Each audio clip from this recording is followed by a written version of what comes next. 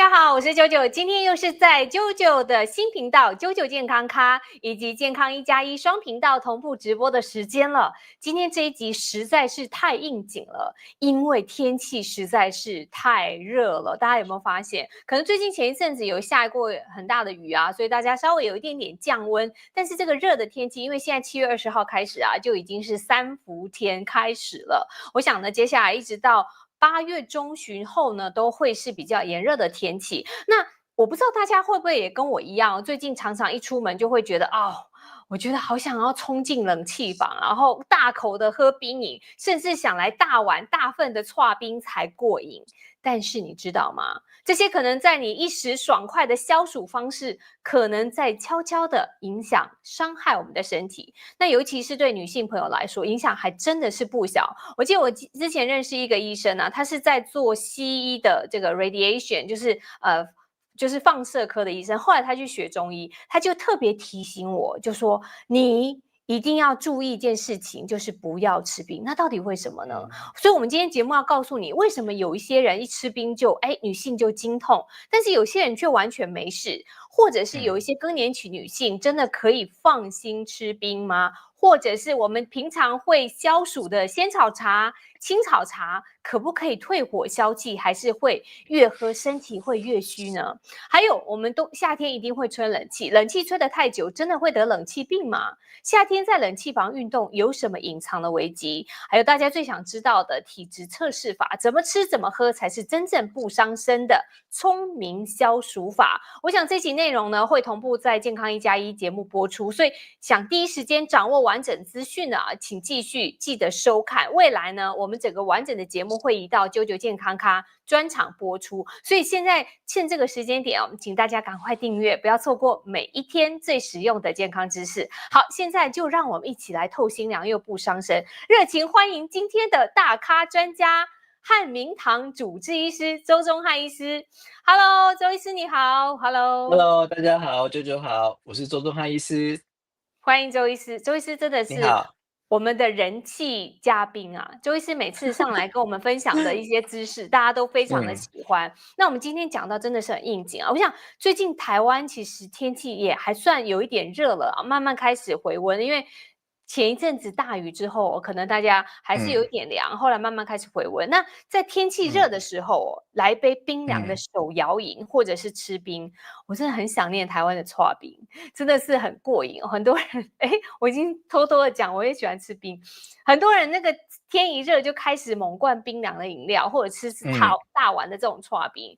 那这样子其实真的，一吃下去还是蛮消暑的。但是就中医学来看，这样会造成什么样的问题吗？周医生，这段时面对间天气现实不是一点点热，是超级热，而啊，且超级热又湿。吗？对，这没有段时间台降温吗？湾一下下雨，当然没有啊，下雨还是很热哦啊。所以这段哦，时间呢，其实身体又觉得又湿又热又黏。而且特别是温度特别的高，大概是每天都在36、37、38度这样子的，这好像哇，烤箱一样。那我们这时候就会很想要吃点冰，让我们的身体的核心温度降下来。那它吃冰的一个部分来讲的话，其实在我们的一个人体啊，其实是有办法是有助于降低我们的核心温度，可以改善我们容易中暑的一个体质。那在刚刚 Jodo 有跟我讲说，有提到说女生吃冰会不会有什么样的一个问题？其实女生吃冰啊，在这个时间来讲的话，我认为如果真的要吃的话，我会认为要在中午的时候吃，不要在晚上的时候吃。我们要选一下时间。原因在说中午是我们的一个天气气温最热的时候。那最热的时候，我们身体这时候我们中医有分所谓的阴跟阳。我们中医在认为正中午，我们人体是属于阳。那这时候如果说吃一点寒凉的东西，是有助于调和我们身体的一个核心温度，也就是改善我们的一个阴跟阳的一个协调，降低我们的核心温度，会让我们身体比较舒服。这就是为什么很多人就会在中午的时候想要来一碗冰冰凉凉的冷饮，去改善我们的一个容易有暑湿跟暑热的情形。所以就嗯说其实不是说完全不能吃，当然我们可以尽量嗯，避免，但是如果真的有需要的时候，中午是一个很好的选项。那对。另外一个问题就是说，如果我们要消暑啊，或者是我们平常要补水的话，那您会建议嗯要怎么喝呢？因为不是说很渴的时候，啪，赶快喝一大杯嗯。水，通对，常是就是这样。嗯我都会建议说，在夏天的时候，你一定要多补充水分，因为在于说我们的一嗯个汗液的蒸发会导致我们身体的水分的一个调节失常。当我们身体缺乏水分，就容易会有中暑的情形。这时候你容易会有头晕啊，或恶心啊，或呕吐，或想要腹泻的一个状况，这就是所谓的中暑。那中暑很多人都会说，哎，中暑是怎么样的一个的问题呢？来自于说我们水分的摄取不足。那水分我们又常在夏天的时候喜欢喝冷的、喝冰的，我们最怕的是就直接灌冰饮，灌很嗯，快，我们喝得很快，其实对我们的一个肠胃是一个很大的一个冲击。那我会建议说，但我们在夏天我们要有一个折中，也不可能说，哎，建议说大家都不要全部都不要吃冰的，全部都喝温的。那这样子的话，其实是有违反我们人体的舒爽的感觉，因为喝冰的对于我们身体真的会比较舒服，我真的会认为没错，是这样。对，这我是等一下会这样。跟大家，等一下会跟各位观众朋友们解释为什么会嗯，有这种反应。那在我们在喝冰的会有个诀窍，就是我们喝要慢慢的喝，轻轻的喝。那第二个就是含在嘴巴里面，含一下我们再吞进去。这个其实是一嗯，个小小的一个诀窍，对一个小小哎，的诀窍。对，是，那刚所以我们不能这样一直灌一直灌，对不对？对，不可以一直灌，嗯，这个台语叫做冲煞。很多人都哎，那个哦，灌冰水很容易会造成我们身体的一个隔拒，或者是一个容易有抗拒的一个情形。那我们嗯中医的一个认知点，它是所谓的冲煞。冲嗯，煞不是那种像说卡到阴啊，或者是感觉好像你一碰讲我以为到不好的是说卡到东西，音，对对哦，不对。其实冲是，煞的比较像的是，其实像是一个身体的一个隔拒出现状况。是，哦，哎，对，那其实我们刚才您讲到就是冲煞的部分啊，然后就是不能这样大口喝。那么有的嗯人也是说了，我觉得大多数女生就像我刚才跟您说嗯，的，就是有中医生就提醒我啊，因为他说他学成中医之后，只有跟我讲一句话，他说你不要不要吃冰的。吃冰。对，然嗯后就其实很多人会有一点抗拒，我觉得现在正在看直播的人，可能很多人跟你说这个不能吃冰，嗯那否则就是生理期来的话会经痛啊，或者是说，哎，我想请问您，真的是这样吗？嗯，但是因为有些人照样吃冰，其实也没事啊，那对，到底为什么会这我在样？我在嗯临床上面，在诊疗上面，其实看很多痛经的问题。那啊，有一部分的人女生她吃冰的，真的会造成她的一个疼痛的状况更严重。原因在于说体质分类，很多人的体质，女生是属于偏宫寒的，也就是说她的子宫比较偏冷的。那这段时间如果说她是吃了过多的寒凉的冷饮的话，容易会造成她的子宫的一个血管跟她的筋膜收缩，产生痛经的问题。但是有另外一部分的人，可能有另外一部分人，他吃冰的其实并不会对他的身体造成任何的一个影响，在于说他的肠胃的机能比较健全，所以他嗯，喝冰的并不会影响到痛经的问题。这个其实是有分哦，两类。那还有第三种，就是痛经。痛经其实有分两种，刚刚我讲的是寒痛的，就是所谓的寒性体质造成的痛经。我还有碰过一种叫做发炎产生的一个痛经。就是这种发炎产生的痛经，就是所谓的，譬如说我们比较临床上面常看到的子宫内膜异位。子宫内膜异位，哦，它会诱发我们的一个骨盆腔发炎。这时候你要突然会有一个出乎意料的一个状况，他吃冷的反而他的痛经会改善欸。哦，真的在吗？很少部分的人，他会有这样子的哦，一个反应。他吃热的或吃温的药，或者是我开一些像譬如说温经汤或者是少妇足浴汤比较偏温的药，它反而会让他的痛经加剧。那反而是吃比较哦，冷的，像譬如说龙胆泻肝汤啊、甘露消毒丹，哦，这听起来感觉好像就是比较冷的中药，它的疼是，痛的状况会改善。所以女生的哦，痛经它有分两种，一种是所谓的寒性的痛经，一种是所谓发炎型的痛经。但是绝大多数80%到90%的女生，她会产生疼痛，都是因为属于寒性的痛经，才会造成嗯说很多人就是有一个说法，就是女生不要吃太多冰冷的。因为女嗯，生吃太多冰冷的，女生的身体本身是属于偏阴，那我们子宫是偏怕冷。那如果说吃太多比较冷的东西，会容易造成所谓的宫寒体质。那宫寒体质它容易会产生有几个问题。第一个，除了刚刚我们讲的痛经以外，它也有可能会造成我们的个带下，也就是分泌物会变多的一个情形。嗯那还嗯，有一种就是所谓的受孕困难。受孕嗯，会比较困难，所以哦，所谓的不孕这个部分来是讲的话，其实都跟宫寒会有关系。所以在中医在治疗的部分都会以温跟通的药为主，那就会建议说，哎，多喝一点红枣茶啊，多吃一些像譬如说肉桂啊、桂圆啊这类型的一些比较温热的食材，去改善宫寒的问题。是，但所以对，然后呢？但对，但是另外一种是属于发炎型的痛经，这种发炎的对，型的痛经，我发现在临床上面越来越普及。原因在于说我们现在的一个生活的一个压力，那再来就是我们的饮食的习惯，造成了所谓的子宫内膜异位。这种子宫内膜异位跟我们的一个免疫调节失常有很大的关系。什么是子宫内膜异位呢？就是我们的一个我们的月经是因为我们的一个子宫内膜剥落，那子宫内膜剥落了，它就会变成经血，排出我们的身体的体外。但是有一部分的人，他的经血会往身体里面逆流，造嗯，成所谓的一个发炎的一个反应。那这种发炎的一个反应的话，其实在西医来讲话，这种就会说，哎，吃止痛药效果会比较好。那这时候呢，因为止痛药在我们中医的一个观念来讲的话，它实际上是偏寒的。那他吃止痛药会改善，相对来讲的话，它是属于发炎的状况，所以这时候吃冷的食材，它反而会比较舒服。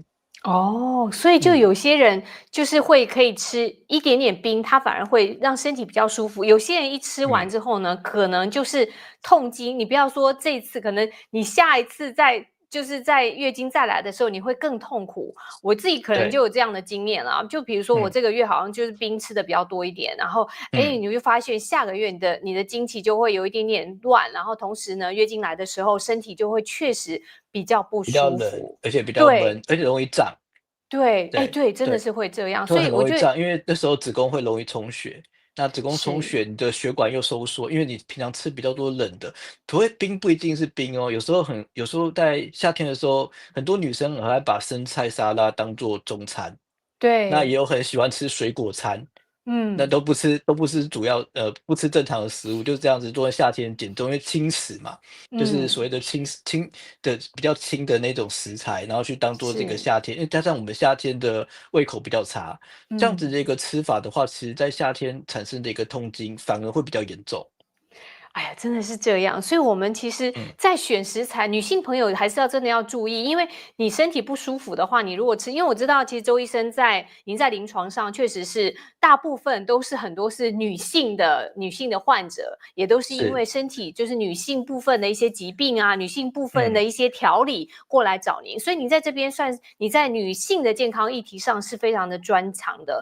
那么另外一个部分，所以我们就想请教您哦，就是我想其实周医生的话大家要听进去，因为其实他通常会给病人比嗯，较大的空间，但是嗯，如果你真的是太影响到你身体的这些不良行为，我觉得其实还是周医生还是会制止你的。那么我们就想要来请教您了，因为其实嗯，现在夏天啊，你说不喝手摇饮哦，真的是有时候也蛮困难的。但是是，有一种手摇饮的喝法，比如说我们去冰，或者是嗯，很多少冰啊，那这样子的话，会不会比较不伤身体？或者有一种说嗯，法，就说吃冰淇淋比刨冰嗯，还不寒，哎，就是感觉上好对。像是这样，但是是真的吗？其实如果说我听到手摇饮的话，我都会建议说，你真的要喝的话，我们都是去冰，然后至少嗯，在3分糖左右，这是我认为比较两全害取其轻的做法。你就可以抚是慰你的心灵，你就可以对你的一个身体有所交代。所以去是冰其实是很重要的，然后加上去冰也比较赚，因为这样子的话饮料比较浓。哦，去冰对，三分去糖，冰，对，去冰注意3分糖，饮料口诀，比较浓。对对对，这是个部分就要吃到全糖，因为全糖对身体有很嗯大的一个负担。那我是第二个问题就是，我们刚刚就有提到说，所谓的冰淇淋跟刨冰这两刨冰个一个本质上面有什么不一样呢？第一个，刨冰它的本质就是水加上所谓的我们的一个糖水的调味料跟冰嘛。那冰没错，淇淋它还加上油脂。油脂、牛奶哦，类的东西，它嗯还是会变嗯，成冰淇淋。那两个吃下去，对我们的身体有什么样不一样的一个感受呢？第一个，刨冰，它是指冰加上糖水，它其实是对我们的一个在中医的属性，我只是在中医的属性，它是比较偏凉的、偏寒的。那如果说冰淇淋里面有加上所谓的牛奶或奶制品，它才会产生一种像油脂类的东西才会产生冰淇淋嘛。它会再嗯，加上除了含跟氧以外，但是它会加上一个容易造成我们身体有湿气的问题。因为哦，牛奶跟奶制嗯，品，它这种高油脂的一个食材，它是属于会让我们身体产生湿的问题。但是剉哦，冰跟冰淇淋，剉冰的含性会比冰淇淋来得高，来得多。嗯，对，所以整个子宫，我的观察，我临床的观察，这不一定是对的，但我临床的观察就是，爱吃冰的女生吃冰淇淋的一个造成的一个疼痛，会比那个吃剉冰来的少一点点。原因在于说，哦，吃剉冰它对女生的一个宫寒的所造成的一个感受会更强烈。是。诶，对，那但是那吃冰淇淋，嗯。吃冰淇淋呢？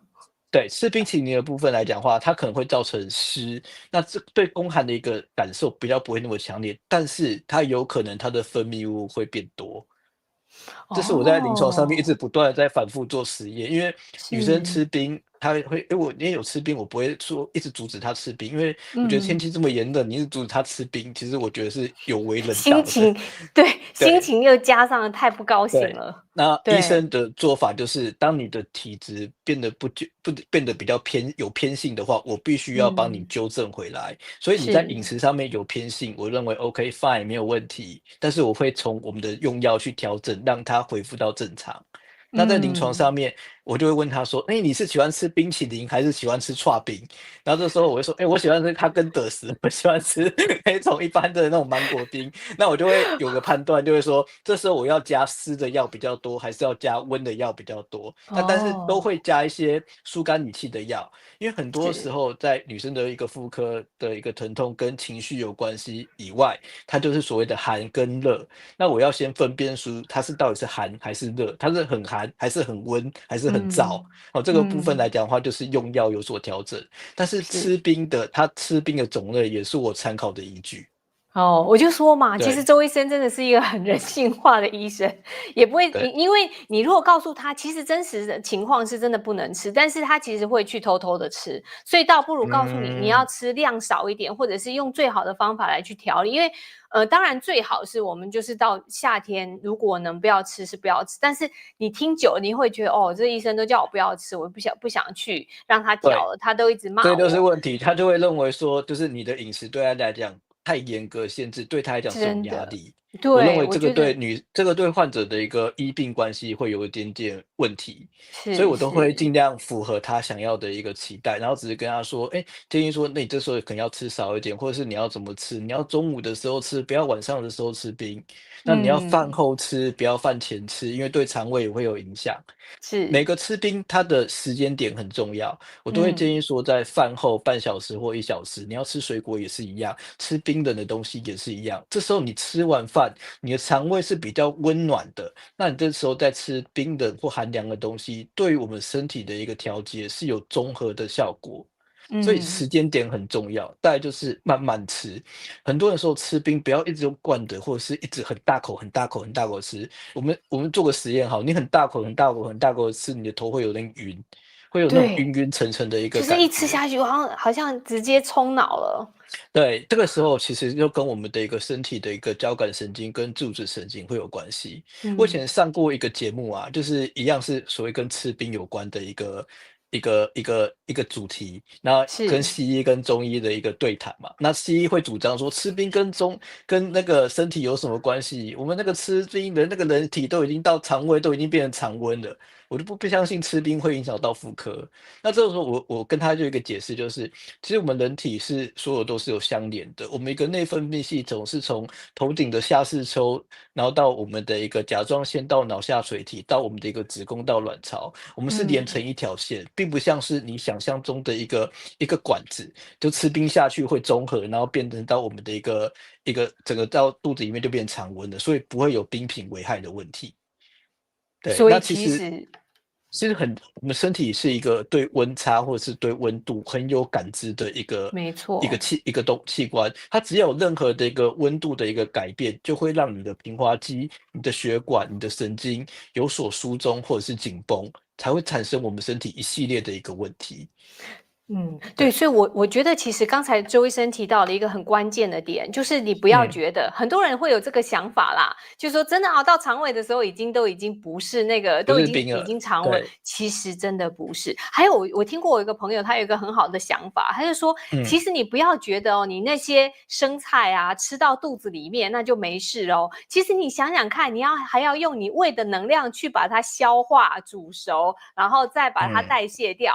他说你想想看，你要用你的多少 energy？哎，我真的听起来我觉得挺有道理的。就说其实我们的人身体它是一个整体，不是说哦你真的是到那里了之后才会变成常温，还是要是因为中医看身体是整体的，不是只看单个器官。好，那是，另外有一没错，件事情，嗯我就想再问一下，因为我觉得很多女性朋友还是会，因为女生喜欢吃冰这件事情，我想是大家都会认同啊，大部分女孩子都会想吃一点冰哦，就很开心，然后嗯，颜色很好看啊，然后又甜甜的。那么是，有些提到不能吃冰的体质，我就想请嗯，教你，如果是更年期以后，还需对。要那么忌冰吗？我觉得更年期以后，她吃冰的反而会比较舒服诶。我在哎，看到她对啊，为更年对，什么？像很多女生她有痛经，那有子宫内膜异位，那产生的一个疼痛不舒服，那这时候好不容易到更年期解禁了，她的荷尔蒙嘿，开始下降了，她身体开始产生容易有比较燥火或虚火的情形，那时候整个身体核心温度是非常的高的，所以她会发现一个问题，就是当她的年纪越大，她越来越不怕冷。那越来越喜欢吹冷气，那这时候我就会有一个警觉，或者是有一个知觉，就是他的更年期要来了。那这时哦，候，其实更年期它有一个体质叫做阴虚火旺，那我们嗯。要清虚的降火气。这时候他吃冰，对于他身体会有一个比较协调，或者是降低他核心温度的一个感受，所以他会比较舒服。但是他会有一个问题，就是他身体会变得更燥。更燥，哦，对，就会变越吃冰得更燥。会越燥，对不对？对，他吃完哦，冰以后，他的身体会嗯比较舒服，但是他口干舌燥或他潮红或冒汗的状况会更严重。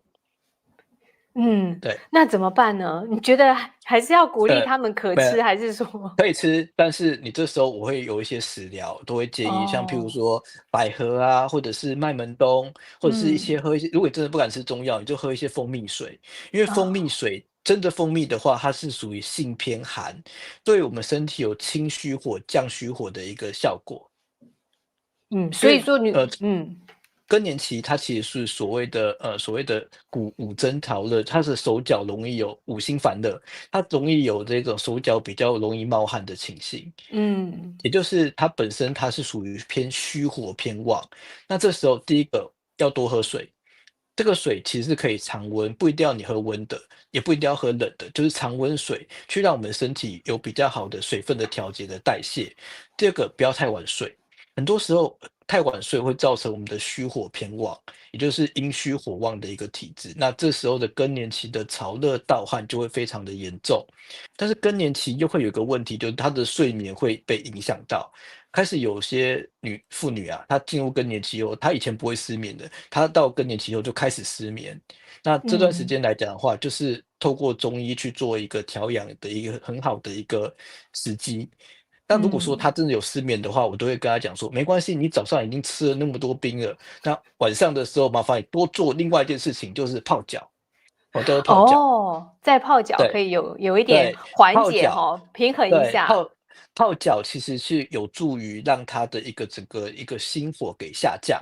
那加上嗯，泡脚的时候，女生的更年期，她会特别容易流汗，她既有汗液去把她的一个热，还有她的虚火给从身体里面内部排出来。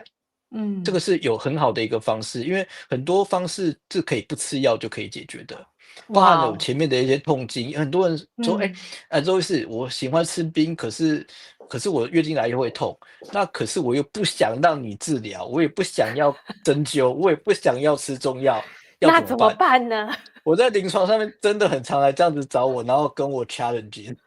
然后对对对，我就想破头了，我就跟他讲说，好，我发现一件，你的需我有一个好求我当然，办法。我有几个好办法，就是训练核心的肌群。这个其实哦，对我们的一个身体有帮助。再就是嗯你多嗯训练我们身体的核心的一个肌群，多做仰嗯，卧起坐，多做腹部的运动。其实对于月经来的时候，你的子宫的收缩跟放松，还有血管的一个紧绷的一个状况会获得缓解，它的痛经会改嗯善。所以我都会建议说，没嗯嗯嗯，关系，那你就多去运动。那你想要吃冷的，那这时候你就要把运动把它加回来。运动以有嗯氧运动为主，那特别是腹嗯。部的有氧运动，对于我们的一个核心肌群的一个提升，其实有助于改善痛经。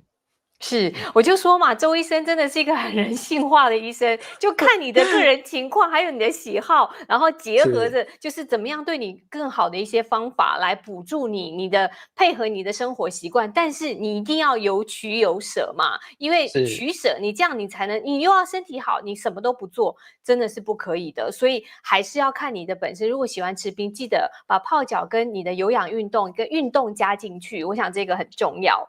还是，有，这我其实听完周医生的，就是分享之后，我觉得，哎，女生的感觉哈、哦，就是你生活的禁忌还是蛮多的啦。就说女生啊，这嗯个不能吃，那个不能吃，然后生理期来到底还有一个问题，除了刚刚讲嗯，吃冰之外，就是能不能喝咖啡？因为有的人说是这样啦，如果喝咖啡的嗯，话哦，就容易贫血，然后在你生理期来的对，时候喝咖啡，还真的不是很好。这你有什么样嗯。的见解呢？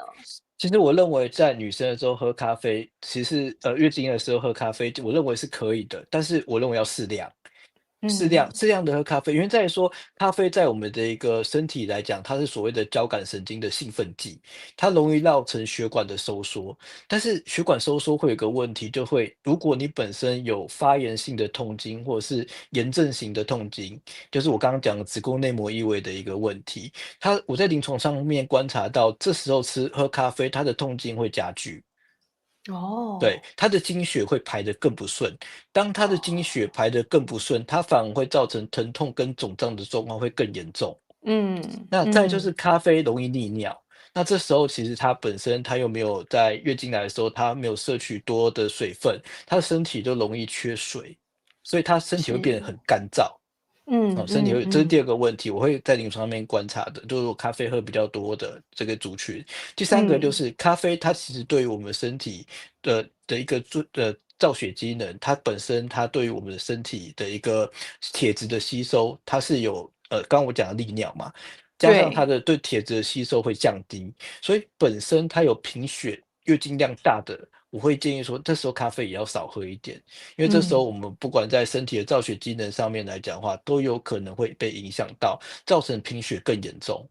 是，所以我嗯想说，其实像周医生刚才有讲，就是你不是说都不能吃，但是你如果身体有这种状况的时候，表示你的嗯体质不可以，那个时候就尽量少喝一点。我想这个是很关键，因为大家看节目也都希望说能够让我们身体更健康嘛。那你如果真的嗯在健康上面有出现这样的问题的时候，稍微避免一下，在这个段期间，在这个一个礼拜稍微忍耐一下，喝少一点。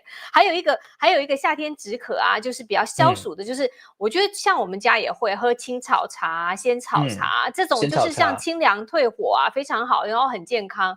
那嗯平时呢，或者是我听过有一些案例啊，就是被自己的家里的另一半啊或小孩啊很气啊，然后或者是工作很燥啊，然后做嗯家事做到很烦，那这时候喝一杯降火气的青草茶，感觉就会很平静、很顺嗯。气。那喝这个女性有没有什么禁忌呢？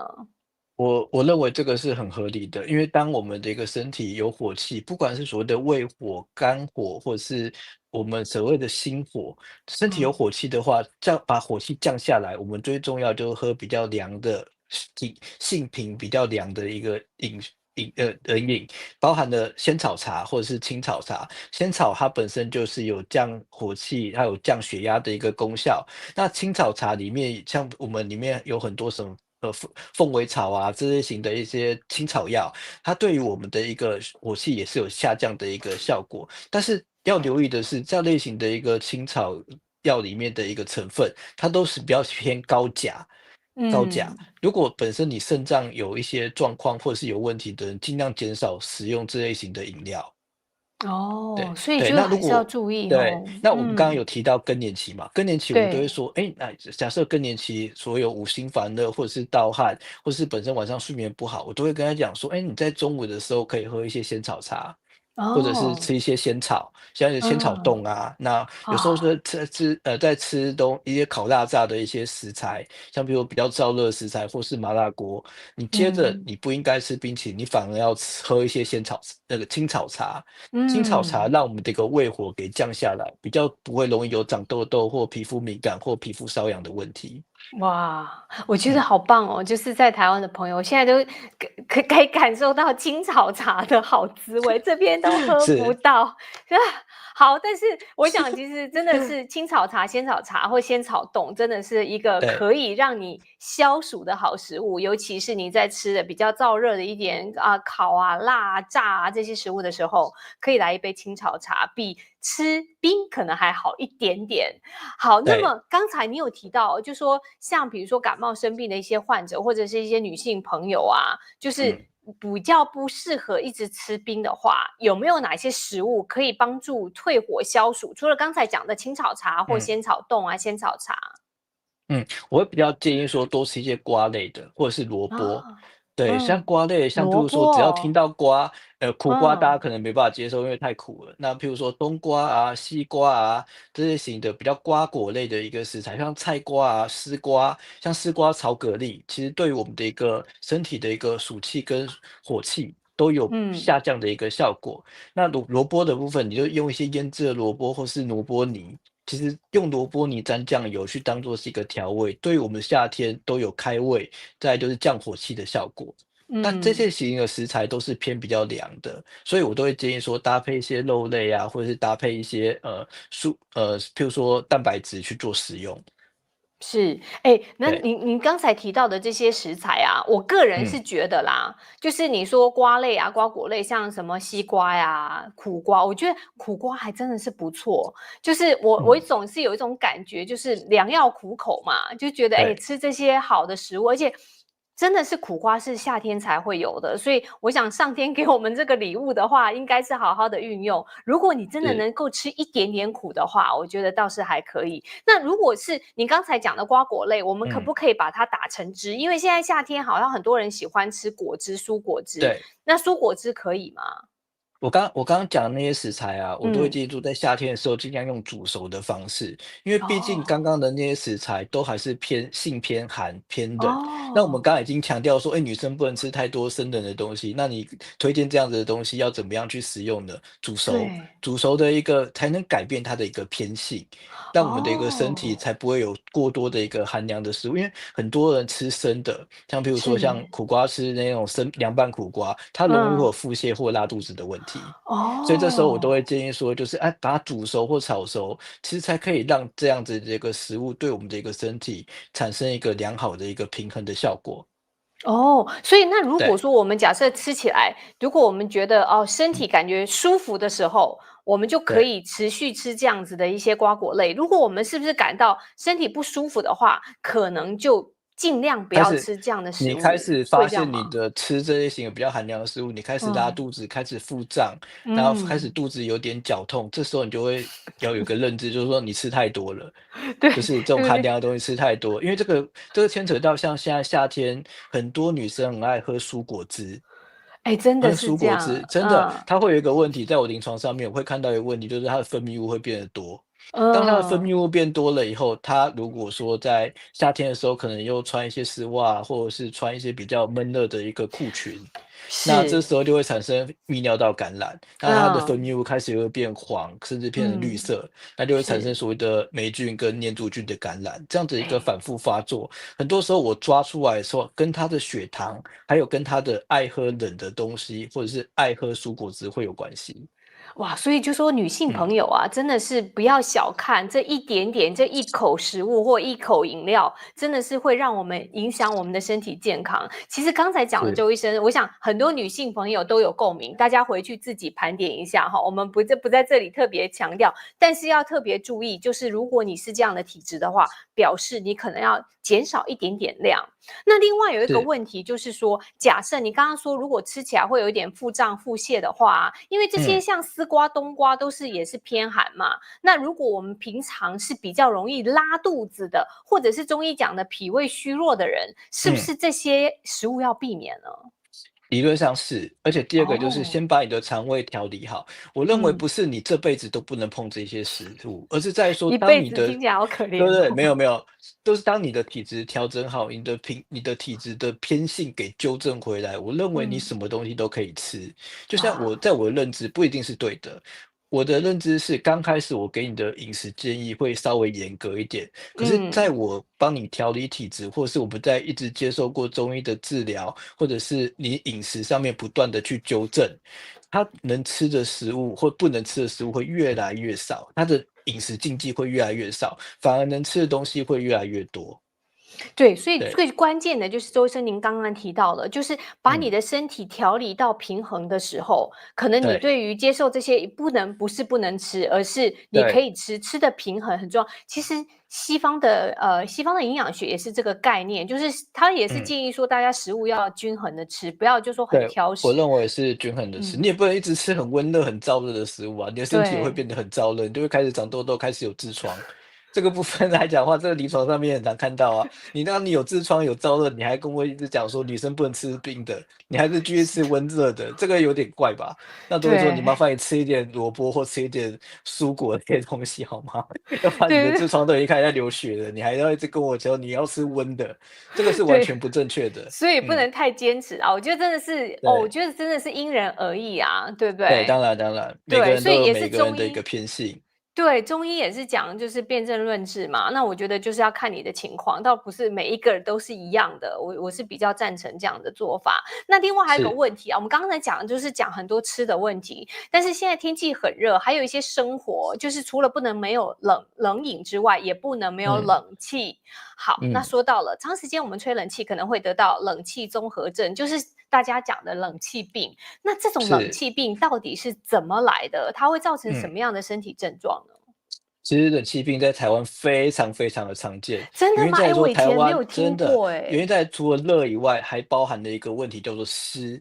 当我们身嗯，体又湿又热，在北美啊，其实我去过美国，在怎么嗯，夏天呢、你都不会大汗淋漓。可是，在对，台湾不大概走五太会。分钟，第一个你身体都开始臭，然后第二个就开始流汗，因为在美国可以不洗澡，在台湾千万不能不哎，我洗澡，这们不要实在太这样子，还是要洗澡，还对。是要洗澡。在美国，那时候我待在美国那段时间，其实我待两很三年才洗一次，因为发现，怎么哦，身体都不对会臭。对，因为对，对，不是那么因为偏干，那样的天对，不是那气，么的干。对，可是，在台湾，你非常的湿，那这时候嗯，湿，你容易会产生一个，就是你非常容易流汗。那当你流汗流的大汗淋漓的时候，你譬如说外面是37、8度，你的室嗯，温只有25、24度，你突然跑进去一个跟你的温差变比较大的一个空间，就会造是，成所谓的冷气病。冷气病，那冷气病会产生什么样的症状呢？第一个，你容易头晕，容易有那种头昏脑胀的问题，身体嗯，会开始感觉到一些肠胃不适，可能会开始有一些恶心，有些想吐。那甚至在平常的时候，最常看到的就是倦怠，你会觉得好哦，像很疲劳，感觉好像对，昏昏欲睡。这个都是在上班族。这个上班族就是譬如说早上在上班了以后，然后中午去外面吃个饭回来，然后下午的时候继续上班，这时候就会产生所谓的冷气病。这个就是在我哦。们的一个坐在办公室里面最常看到的一个问题。哎，那嗯，如果是这样的，我觉得这种问题经常也会有。你不要说是上班，有时候像你假设不用上班，你也会去逛百嗯，货公司，你也会去 对 shopping。那你在外面很对，热的时候，走到那个冷气房的时候，哇，那个 shopping mall 都很凉嘛，一进去哇，嗯好像急速冷冻。像这样的嗯。时候也会有冷气病吗？这段时间来讲的话，我认为产生冷气的机会稍微少一点点，因为这时候你的心哦，情是愉悦的，哦，你去跟心逛街的时候情有关是很系。开心的。那你冷气病为什么会有另外一个问题，就是它的一个情绪紧绷的压力，所以大部分的冷气病都哦，是在你的职场会比较哦，常见。对，那我都会建议说，去说你外面已经外面很热了，我会建议你如果嗯身上都带个手帕，把该嗯流出来的汗赶快擦一擦，然后稍微活动一下，再进我们的一个室内。室内这嗯。样子的话，就是减少冷气病产生的一个症状。您说到手帕，我个人有一个很好的习惯，不过我已经嗯，在美国来之后就没有再有那个习惯，就是我也会带手是帕，因为我觉是，得有时候啊，就是你在台湾没有手帕，真的是很痛苦。当然很多人有带纸巾啊，一样的意思，就我会喜欢带手帕，然后因为擦起来就比较吸汗。但是其是，实就所以大家如果真的你比较容易流汗，或者是你经常比如中午啊出去外面用餐，然后进来到冷气房的话，尽量把汗擦干再进来。那还有一个问没错，题，我觉得现代嗯，人也是有这个习惯，就像周医生，其实我觉得你是一个非常自律的医生哦，就你会有运动的习惯嘛，我们在是，前几期的直播的时候，你有提到过。那很多人呢，像我们会去健身房，就是在冷嗯，气房里面运动。是，那运动久嗯的时候，其实运动一定会，它不多不少也会流汗。那这个时嗯。候有没有什么特别要注意的呢？其实，运动在冷气房里面的一个运动，其实一样，就是把汗都擦好。这时候要多补充水分。像嗯。我等一下我跟你直播完，我就要去运动了，我说真的。对对对，那我们赶快就是直在台湾播结束，让你好时间已经好的去10点多，运动一没关系，下。我的那个健身房是24小时的，所以晚上下班后哎，都可以可是去。半夜运动嗯，好吗？半夜就是身体机其实能。其实当然是不好啊，可是问题是我只有那个时间可以去运动。对啊，但是那是。我认为半夜运动啊，会有一个问题，就是你不要做嗯。太多有氧运动。你做太多有哦。氧运动，很容易会睡不好。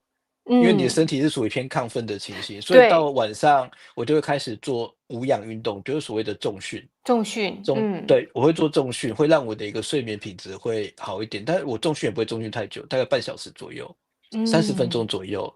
对，对，所以这个部我觉得。分对我的身体的一个调节会有帮助。那再来就对啊。是，白天的时候你要做有氧运动，所以说是嗯。我都会在白天的时候做晨跑。